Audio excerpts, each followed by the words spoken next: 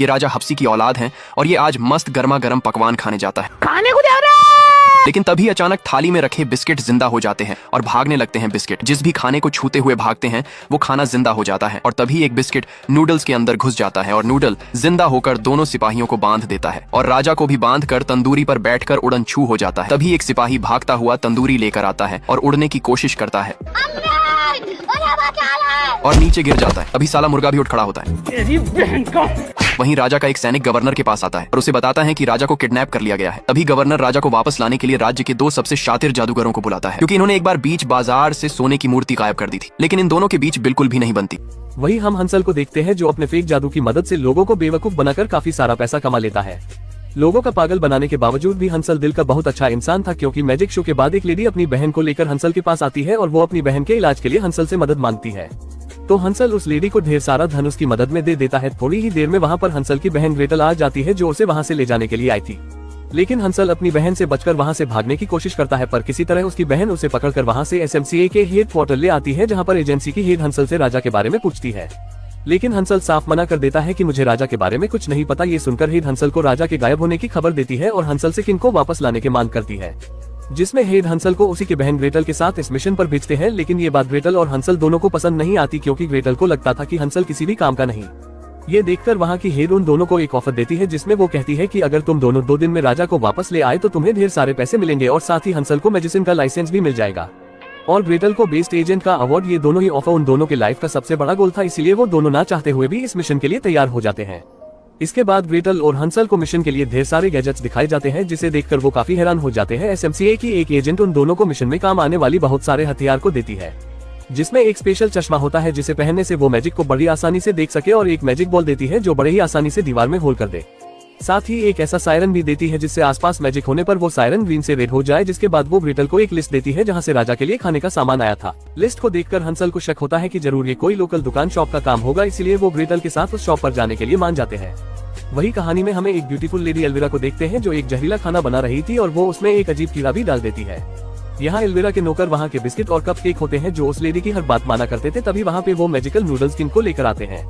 King जब उस lady को देखता है तो वो उसे पहचान जाता है, क्योंकि ये लेडी कोई और नहीं बल्कि उसी की पुरानी शेफ एल्विरा थी, जिसे राजा ने खाने में काला जादू मिलाने की वजह से राज्य से निकाल दिया था और इसी बात का वो राजा से बदला ले रही थी। राजा बचने के लिए उस लेडी को ढेर सारे पैसे देने की बात करता है, लेकिन एल्विरा राजा को अपना जादुई सीरम पिलाकर उसे अपने वश में करना चाहती थी, ताकि वो राजा के साथ उसके राज्य पर भी राज कर सके। इधर ग्रेटल और हंसल एक पेस्ट्री शॉप पर पहुंचते हैं, जहाँ पर वह लोगों के बजाय कुछ कपकेक्स होते हैं। तभी ग्रेटल को वहाँ पर एक सीक्रेट रूम दिखाई देता है, जिसे देखकर वो हंसल को अपने साथ आने को कहती है, लेकिन हंसल कपकेक्स के सामने आ जाता है, जिसे देखकर वह कपकेक चिल्लाने लगते हैं और उनके चिल्लाने की वजह से वहाँ पर एक वफादार कुत्ता आ जाता है जो हंसल का पीछा करने लगते हैं। भागते हुए वो दोनों उसी रूम में आ जाता है जहाँ पर ग्रेटल होती है। डॉगी से बचने के लिए हंसल ग्रेटल की सीढ़ी पर चला जाता है, तो वो डॉगी सीढ़ी को घुमाने लगता है, जिससे हंसल और ग्रेटल दोनों ही उस सीढ़ी के साथ ही घूमने लगते हैं। इससे वहाँ पर रखे वो सभी जादुई सीरम उनके ऊपर गिरने लगते हैं और आखिर में एक ऐसा सीरम उनके ऊपर गिरता है जिससे वो दोनों काफी छोटे हो जाते हैं। ये सब देखकर हंसल काफी परेशान था, तो इस पर ग्रेटल कहती है कि ये उस सीरम का कमाल है जिसे बाबा यागा बनाया करते हैं। जिसके बाद इस मुसीबत का हल ढूंढने के लिए वो दोनों वापस से सीक्रेट हेडक्वार्टर आते हैं, लेकिन कोई भी उन्हें पहचान नहीं पा रहा था, जिसकी वजह से वह उन्हें एजेंसी से बाहर भेज देते हैं। ये जाने की बहुत कोशिश करते हैं, लेकिन ये अंदर नहीं जा पाते, जिस वजह से ग्रेटल हंसल को कहती है क्यों ना हम यागा बाबा के पास चले, वो हमें ठीक कर देंगे।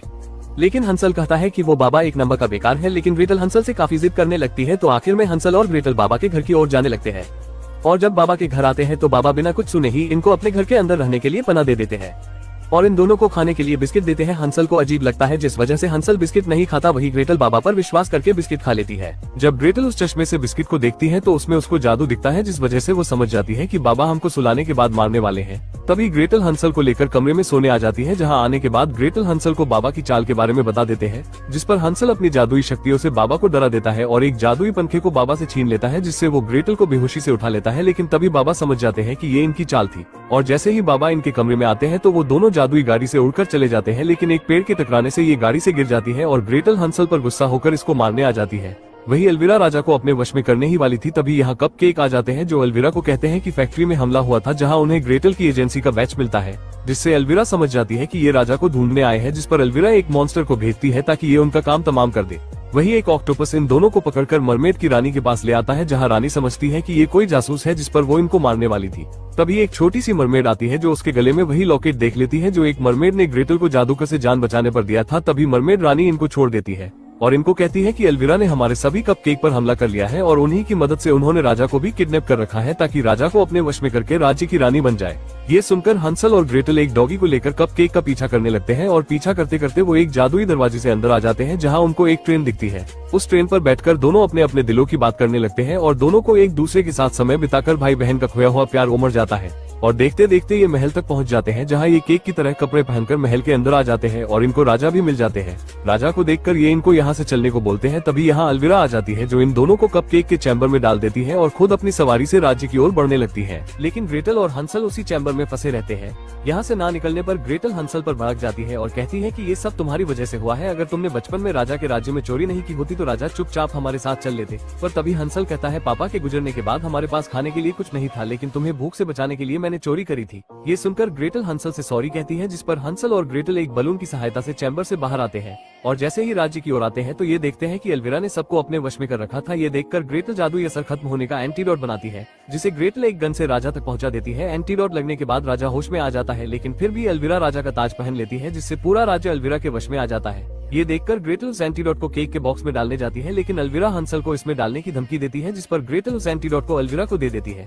लेकिन एल्विरा फिर भी हंसल को उसी में फेंक देती है, जिस पर ग्रेटल भी आ जाती है। लेकिन हंसल के पास एक गैजेट था जिस वजह से दोनों इससे बाहर आ जाते हैं और एंटीडोट को एल्विरा से छीनकर उसको उसी बॉक्स में गिरा देते हैं और फिर ऊपर से एंटीडोट भी उसी में मिला देते हैं, जिससे एल्विरा मर जाती है और राजा के साथ प्रजा भी बच जाती है, जिस पर राजा इनसे काफी खुश होते हैं। वही ये दोनों अब एक साथ रहना ही पसंद करते हैं, जिसमें ये काफी मस्ती किया करते थे। और इसी के साथ ये इमोशनल कहानी यही खत्म होती है। और ऐसे ही मजेदार कहानी देखने के लिए आप बस लाइक करें। हम एक नई कहानी के साथ जल्द पेश होंगे।